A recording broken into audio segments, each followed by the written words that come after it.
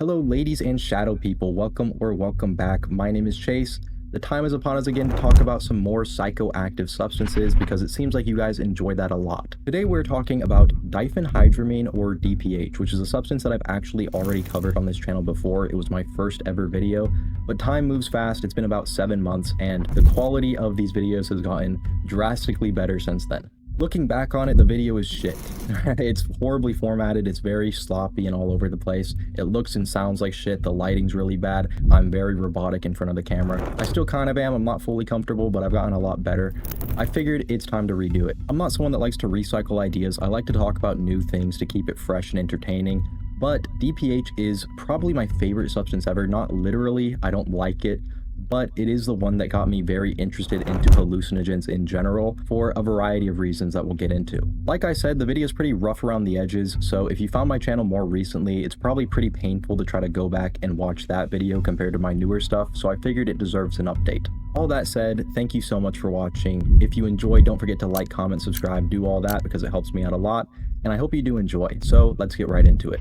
Diphenhydramine or DPH is an antihistamine anticholinergic that is most commonly sold under the brand name Benadryl. The anticholinergic part is the part that we really care about here because that's what causes the hallucinogenic effects in high doses. Anticholinergics block acetylcholine, which is one of the brain's most important neurotransmitters, affecting everything from memory to attention to motor control to even your brain's ability to perceive what is real and what's fake. At normal doses, this isn't a big deal. It just makes you a little bit drowsy, and it's one of the reasons that Benadryl is commonly used as a sleep aid, which probably isn't a good idea, but we'll get into that. But at much higher doses, it's a pretty big deal because it's essentially like downloading a computer virus, except your brain is the computer. When acetylcholine, something that you need to function and live, is blocked, bad things tend to happen. As your body is struggling to not die, you are living through a nightmare. DPH is not euphoric, it's not fun, it's not something that you would take at a party. The one thing that all trips have in common is that they are horrifying. We're gonna get more into the hallucinations in a bit, but most commonly people report seeing shadow entities and spiders and even dead loved ones coming back to talk to them,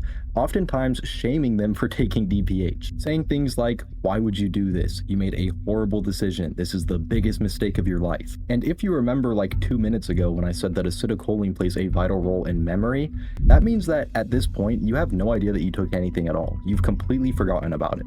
If that doesn't sound awesome enough, the physical side effects of DPH are just as bad. Not only are you signing up for permanent brain damage, but DPH also puts heavy strain on your organs like your heart, liver, and kidneys, which in the long term almost always results in organ failure. Nightmare hallucinations, brain damage, and organ failure. Guys, we're off to a great start. Similarly to DXM, DPH also has a Plateau System where different doses produce different effects. From 25 to 100 milligrams, it has this really weird side effect where it makes you stop sneezing and feel kind of tired. 100 to 200 milligrams is considered a FAP dose. You can probably imagine what people are doing at this stage. I hate to be the bearer of bad news, but taking allergy medication to goon is actually not a good idea because DPH is actually vasoconstrictive, which means that it shrinks your blood vessels. So if you do this a few times, you risk developing permanent ED. Imagine not being able to have kids because you took a FAP dose of DPH one too many times. 200 to 300 milligrams is known as the music enhancement stage, where obviously music sounds really good. Your body also feels very heavy. You might get some faint hallucinations like seeing things in the corner of your eyes or hearing footsteps that aren't really there, but at this stage you're still not at full-blown delirium. 300 to 500 milligrams is when you kind of start edging delirium. The hallucinations and feelings of confusion are much stronger at this level,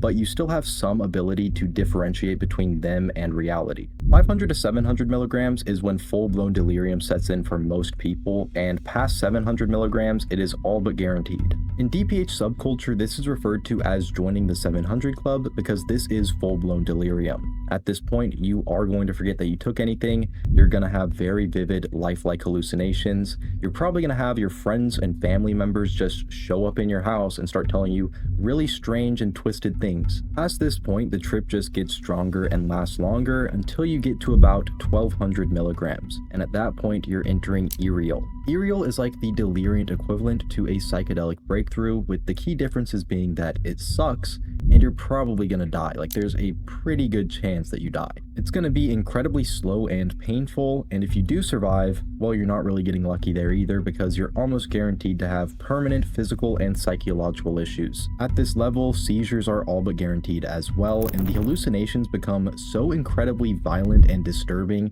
that PTSD is actually pretty common coming out of it. Before we go any farther, I want to real quickly let you guys know that the channel merch is now live. There are a ton of really cool designs. I made them all myself. This Department of Anomaly sweater is one of my favorites. If you like any of the designs and want to support me, the merch is linked on my channel, so you can go check it out. Thank you in advance for your consideration. Now back to the video. Usually at this point, I tell you guys why it's bad for you and why it's dangerous, but we already talked about all of that because DPH is so bad for you that it's kind of unavoidable to mention that, just explaining how it works. So instead, I want to talk about the two most common shared hallucinations of DPH, the Hat Man and the Phantom cigarettes, because both are very strange and interesting. I do want to preface this section by saying that we really don't know why so many people see these same hallucinations even when they have no underlying knowledge of them. It's a phenomenon that we can't explain and probably never will be able to, because scientists aren't exactly going out and drugging people up with Benadryl to study the effects of it on the brain. But I'm going to throw my 2 cents in and try to give you guys what I think are plausible explanations. The Hat Man is the most infamous shadow figure tied in with the Shadow Realm and DPH lore. He's consistently reported to appear to users as a tall, shadowy figure wearing a wide-brimmed hat who sometimes has glowing red eyes. None of the other shadow figures have any sort of defining characteristics like the Hat Man does, which immediately makes him stick out like a Discord mod in public. On top of that, while the other shadow figures are moving around and just sort of there during the experience, the Hat Man is always in the corner of the room just watching. And he's also the only one with a presence that feels evil, as if he's there with the intention to cause you harm. Now, I'm going to be completely honest, I really have no idea why so many people see this specific silhouette, other than it being a simple silhouette to project when your brain is not really working right. But on a psychological level, this does make sense because it plays into one of our most primal fears, being observed or watched without our consent or knowledge. This is something that we developed very early on in order to avoid predators or other humans that would intend to cause us harm. It's like how you can almost feel when someone's staring at you, if you know what I mean, right? I've never taken Benadryl, but I imagine it's a very similar feeling. At its core, I think that the Hat Man is playing onto that fear of an unwanted observer. Why he wears a fedora is really anyone's best guess. Maybe he's just a Redditor. But even though he is sometimes seen by people with no underlying knowledge, there is a positive feedback loop where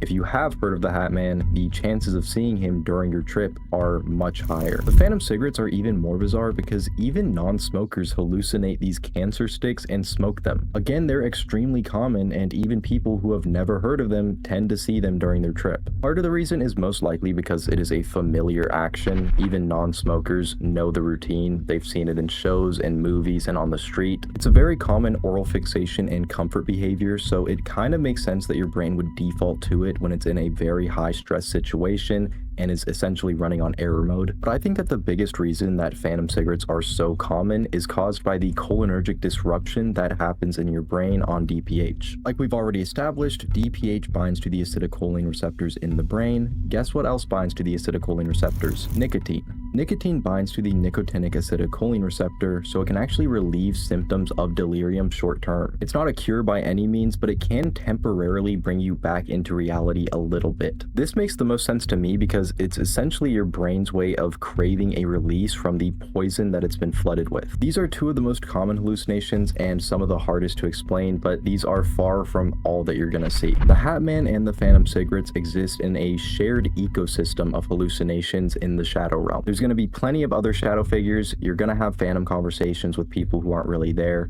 You're gonna see bugs crawling on the walls, maybe spiders and snakes. You're gonna get stuck in looping corridors or performing the same task over and over again. Maybe you have a very vivid hallucination of going somewhere or driving, and then just like that, you're transported back into your room, and then you realize you never left to begin with. And then of course there's the positive feedback loop where even if you might have not seen these to begin with, if you read a bunch of DPH trip reports and everyone's seeing the same things, You're probably gonna see the same things when you take it yourself. Of course though, my audience is filled with geniuses like myself, so I already know that none of you guys are ever gonna consider taking this stuff. Anyways, y'all know how these videos go. Let's read some trip reports.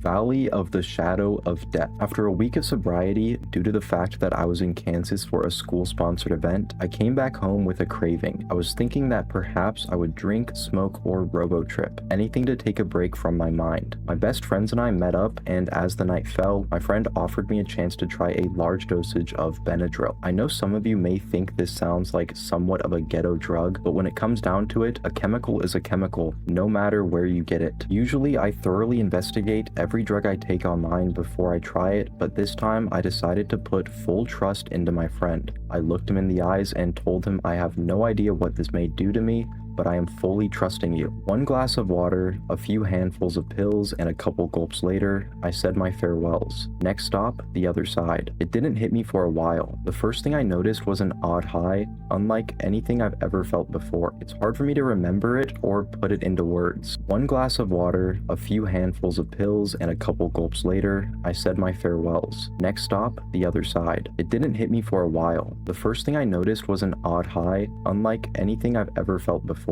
It's hard for me to remember it or put it into words. I felt a difference in how the air felt inside my lungs and the weight of my body against the ground. It's hard for me to explain, sorry. Unlike most drugs, I didn't trip out right away. My trip gradually increased and was still slightly present the next day, kind of like DXM. This is when things started to get weird. About 40 minutes into my trip, I looked down at my arm to see spiders crawling across it. This didn't scare me. I understood this was only in my head and could not hurt me. I do believe that for the most part, all we have to fear is fear itself, especially when it comes to drugs. Just in case, I asked my friends to confirm that there were in fact no spiders on my arm. How funny would it have been if there really was? But they confirmed that there was indeed no spiders. I walked around a bit. I felt very heavy.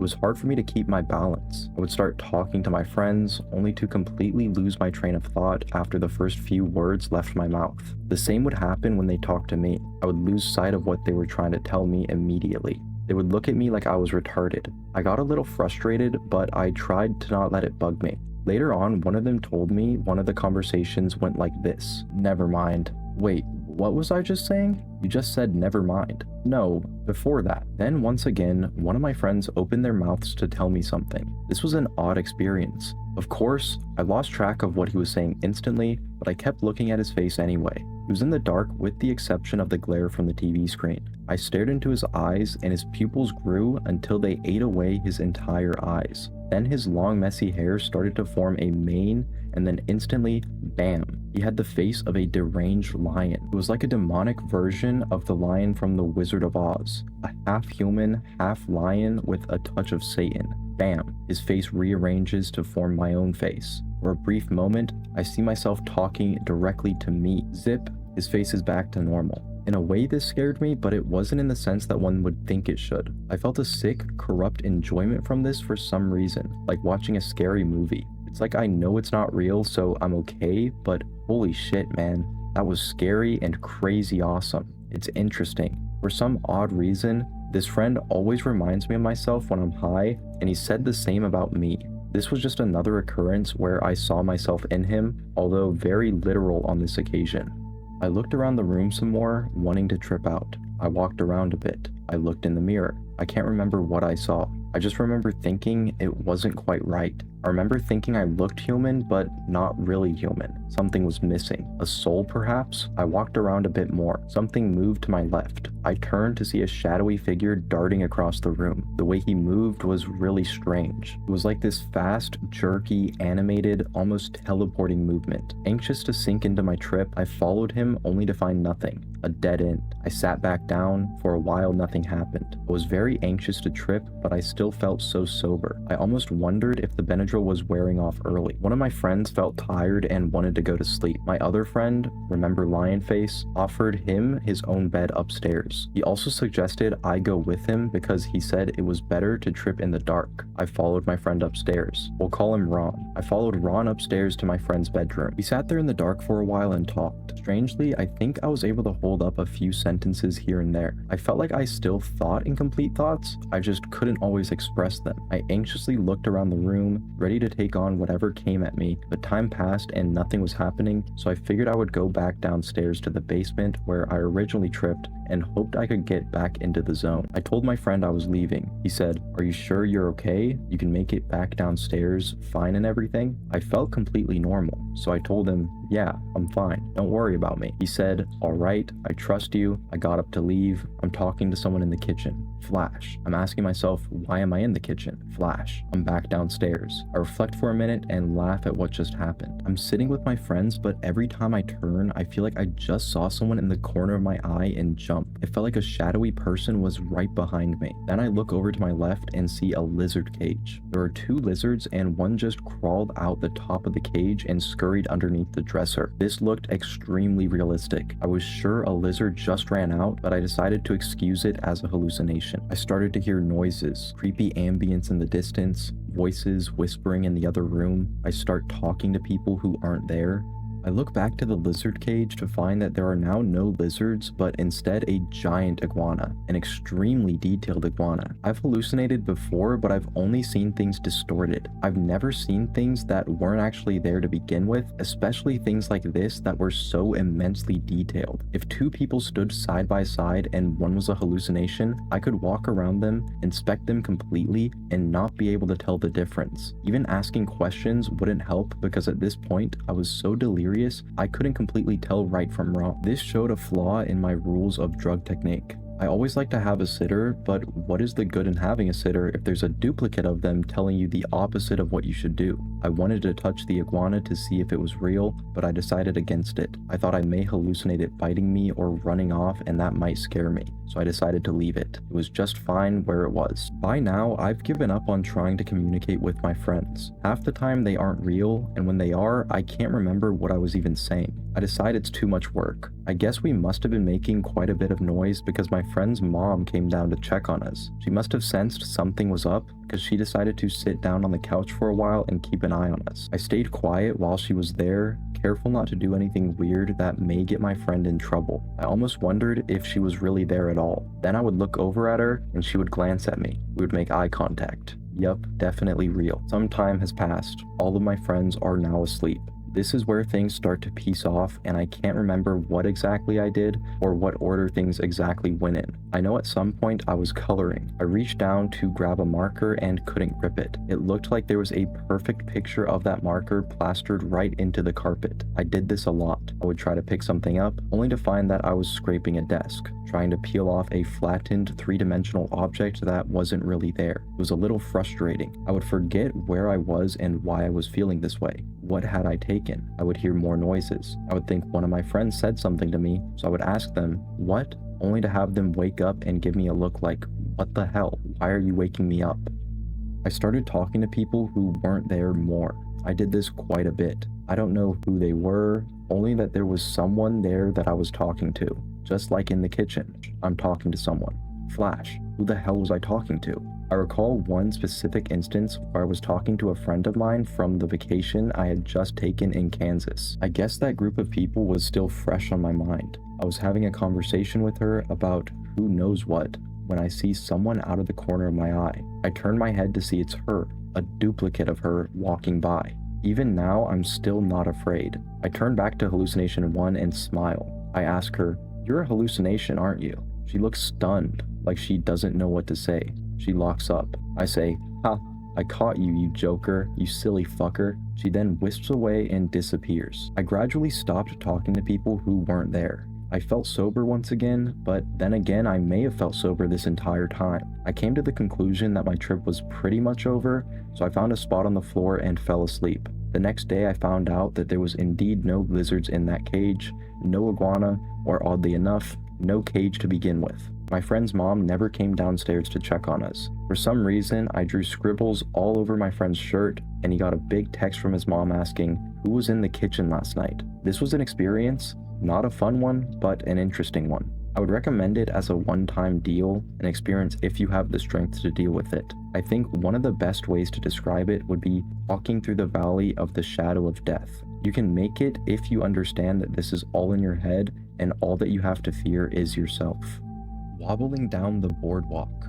I'm writing this so that people won't have to go through what I did with the over-the-counter allergy medicine called Benadryl. Before you even think about swallowing a whole box of these, try reading about what it did to me. Well, it started out with me and my friend being bored. Generally, being bored with him leads to drugs. So we go to CVS and buy a whole box of 48, 24 for each of us. We were down at the shore, 2 hours away from my house, and we weren't sure on the dosing of it. I'd forgotten what I read online. I assumed 600 milligrams for each of us would be sufficient. Well, I was wrong. It was more than sufficient. It was horrifying. So we opened them in my car and downed them all with some water. Then we got out, grabbed our towels, and headed to the ocean. I thought tripping on the beach would be fun. It wasn't, in any sense of the word. The hundreds of people didn't make things any better. We had crumb cake and a few energy drinks with us that we had recently bought. He drank the entire can on the way to the beach. I never touched mine throughout that day. I don't know why. This was his first mistake. We settled down on the beach and I had to go to the bathroom. So I got up and started walking towards it. This is where the Benadryl hits me out of nowhere. All of a sudden, it feels like the gravity was turned up 10 times. I got used to it pretty quickly and continued to the bathroom. I couldn't go or even had to go anymore. I went back to him and sat next to him. He seemed unable to talk, unable to communicate at all. I was a little worried, but I figured it would pass. About a minute after looking around the beach like I had never seen one before, he taps me and tries to ask me where the bathroom is. I try to respond, but can't really talk. I just pointed to it. He started to get up, but then collapsed and started throwing up on his towel. This is where I started to get scared, worried, and extremely confused. I just sit there and watch helplessly, getting more and more upset the more he throws up, almost to the point of tears. I couldn't move without getting extremely nauseous. Despite that, I tried my best to make it to the water. I get there, and the feeling of nausea is too much for me to even stand up. So I go back to the towels. I found him in the same position, huddled over with his arms over his head and a pool of vomit right below his head. I just stared with such a mix of feelings that it was almost like I felt nothing. He was hyperventilating in random spurts, which also made things a lot worse for me. He told me to call the ambulance, but I had the feeling that it wasn't quite that bad. Later on, he thanked me for the fact that I didn't call. I looked down at my legs and started to remember all the experiences I had read about online about people seeing spiders and worms on their skin when they're on this, and think to myself, why now? Sure enough, I saw the spiders crawling all over me. Hundreds of little translucent spiders about the size of a pencil tip. Sometimes they'd make patterns, and usually when I couldn't see them, I could feel them on my back, under my arms, etc. I kept telling myself to calm down because I knew freaking out would make it worse. I looked at the clear blue sky and took it all in. I decided to try and get to the water again. The same exact thing happened. I got there and turned around because of the nausea. This time when I was coming back, some random lady asked me if I'm having a good time. Who the hell would do that? I'm still unsure if that was a hallucination or not, because I never actually saw her, but I had a feeling she was sitting on a towel in front of me.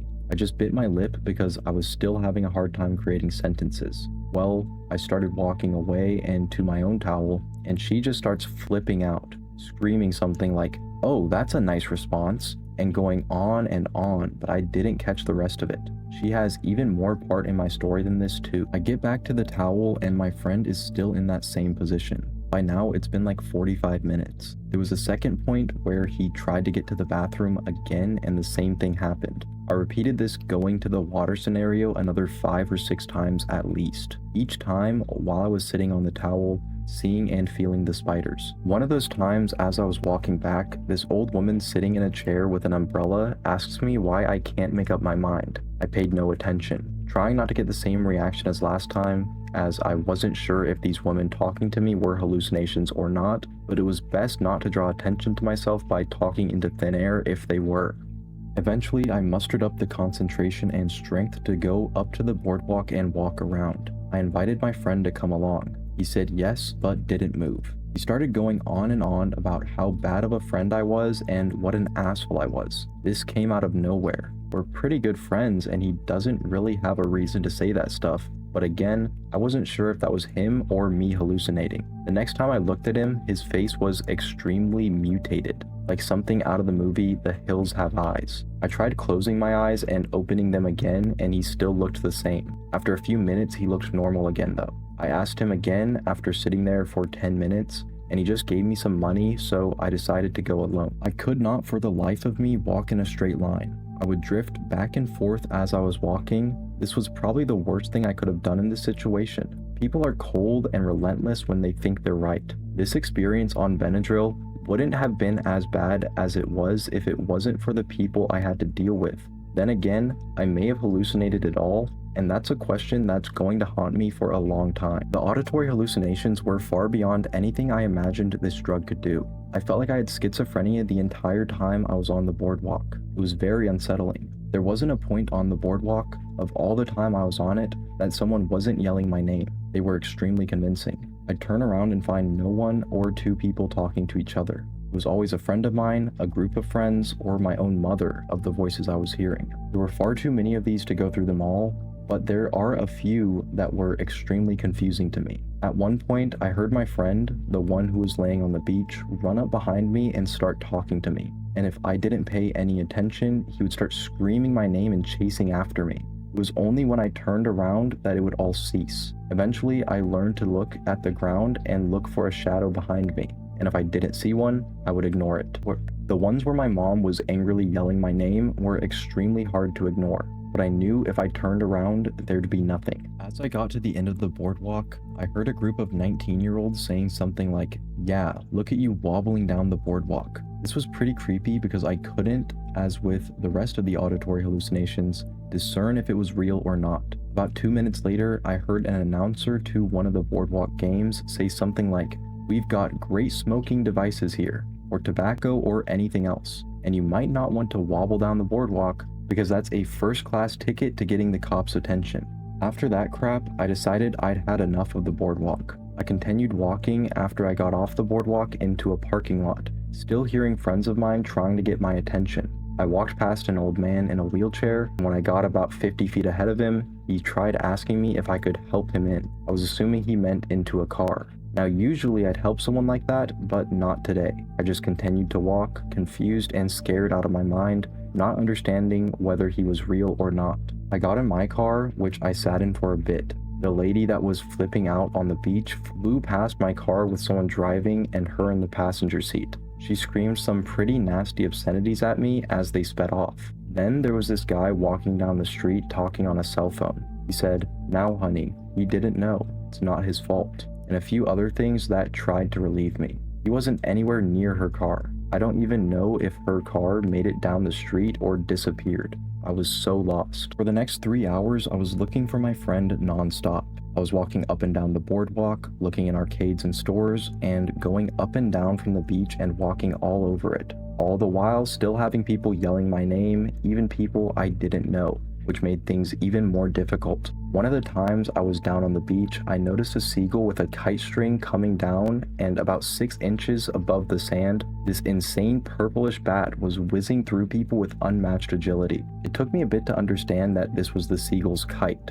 which makes absolutely no sense. Eventually the beach emptied down to 50 or 60 people, which made him easy to spot. I walked up to him, unsure if he would disappear before I got to him. I sat next to his head. He was looking into infinity. He was just staring straight across the beach. We talked a little, not much though. I got him up and we walked back to my car talking about our experiences and bits of other random things. We got into my car and that's pretty much the end of the hallucinations. Although while in the car I did see some spiders a little bit more, I saw that old man 3 more times throughout the night though, making him yet another unsure thing. This experience scarred me a bit. I do not ever want to go back to Seaside Heights. Unfortunately, it turns out we're going there in 3 weeks. This has also made me want to completely stop using drugs. I know that won't happen, but from now on, the only over-the-counter drug I will ever be using is DXM. A night of terror.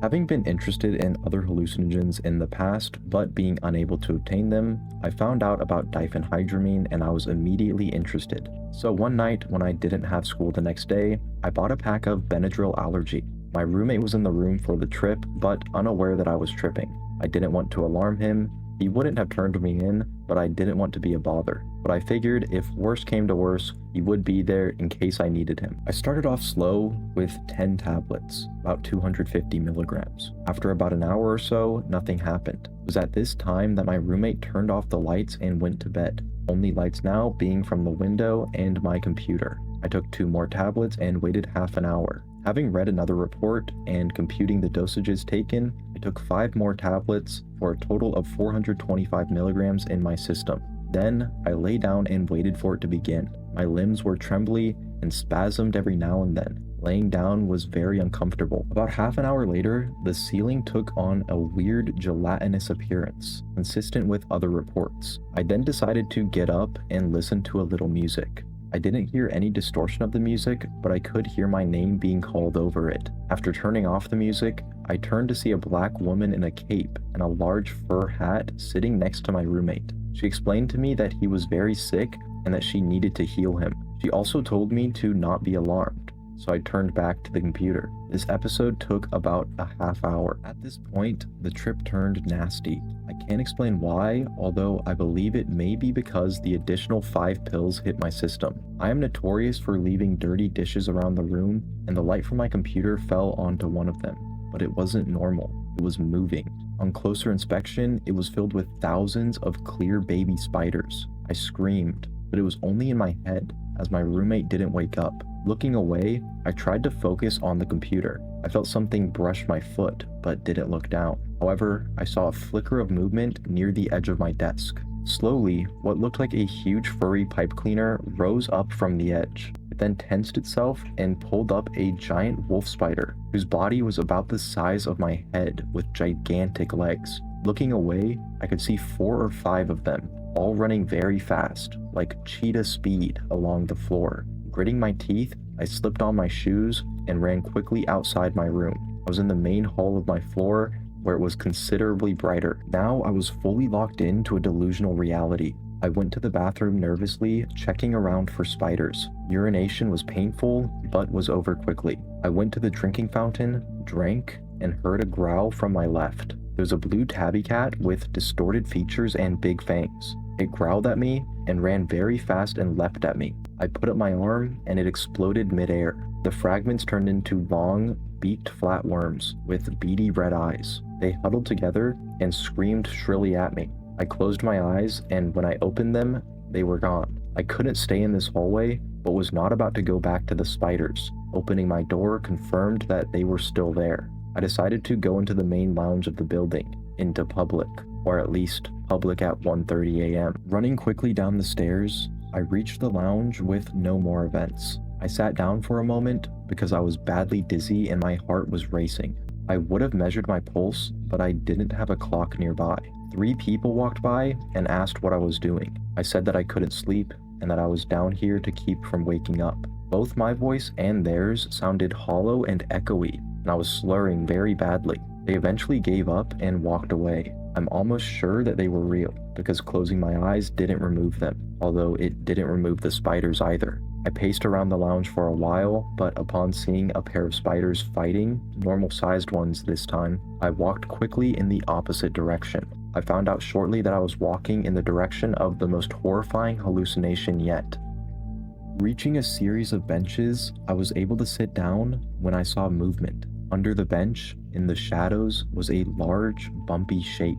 I moved a little to see what it was. I couldn't scream. It was a giant crab, about the size of my torso, excluding legs and claws. The claws were about the size of my arms and clicked together horribly. It had a pug's face with beady yellow eyes. One of the worms from before, now brown, protruded from the back of the shell. There were other, smaller, more normal crabs behind it. One of the claws would spasm from time to time. Although I had no grip on time, I must have stared at it, barely breathing, for 10 minutes or more. I ran full speed back to where the spiders were battling. It was then that I realized that one of them was not a spider at all. It was one of the worms, this time green, with thousands of gossamer thin legs that it used to spin silk into thin nets and lassos. I saw about 4 or 5 more of them throughout the course of the trip. I spent the rest of the night pacing back and forth between 2 horrors until I could see the sun coming up outside. I then went back into my room where the spiders had disappeared and promptly went to bed. I can't remember if I dreamed or not. The next day, I felt very fatigued and my arms shook like Parkinson's. I felt very sick to my stomach. No hallucinations persisted, although I had trouble balancing and sometimes seemed to slip while I was walking. These symptoms faded after a few hours. Although this was terrible and a nightmarish experience, I've not ruled out using it again after some time has passed, probably at a lower dosage as well. Should a second bad trip occur, it will likely end my experimentation with this drug. However, I cannot in good conscience recommend this experience to anyone else. This definitely has a harsh quality about it, even without the nightmarish hallucinations. That's all for this one, guys. There are a ton of DPH trip reports out there, so I tried to pick ones that are a little bit more unique and haven't been heard before, but I'm not opposed to revisiting the topic again in the future because it seems like you guys really like these videos. So if you want to hear more trip reports on this stuff, I'll happily oblige. As always, thank you so much for watching, especially if you made it all the way through. My name is Chase, and I'll see you again in the next video. Peace.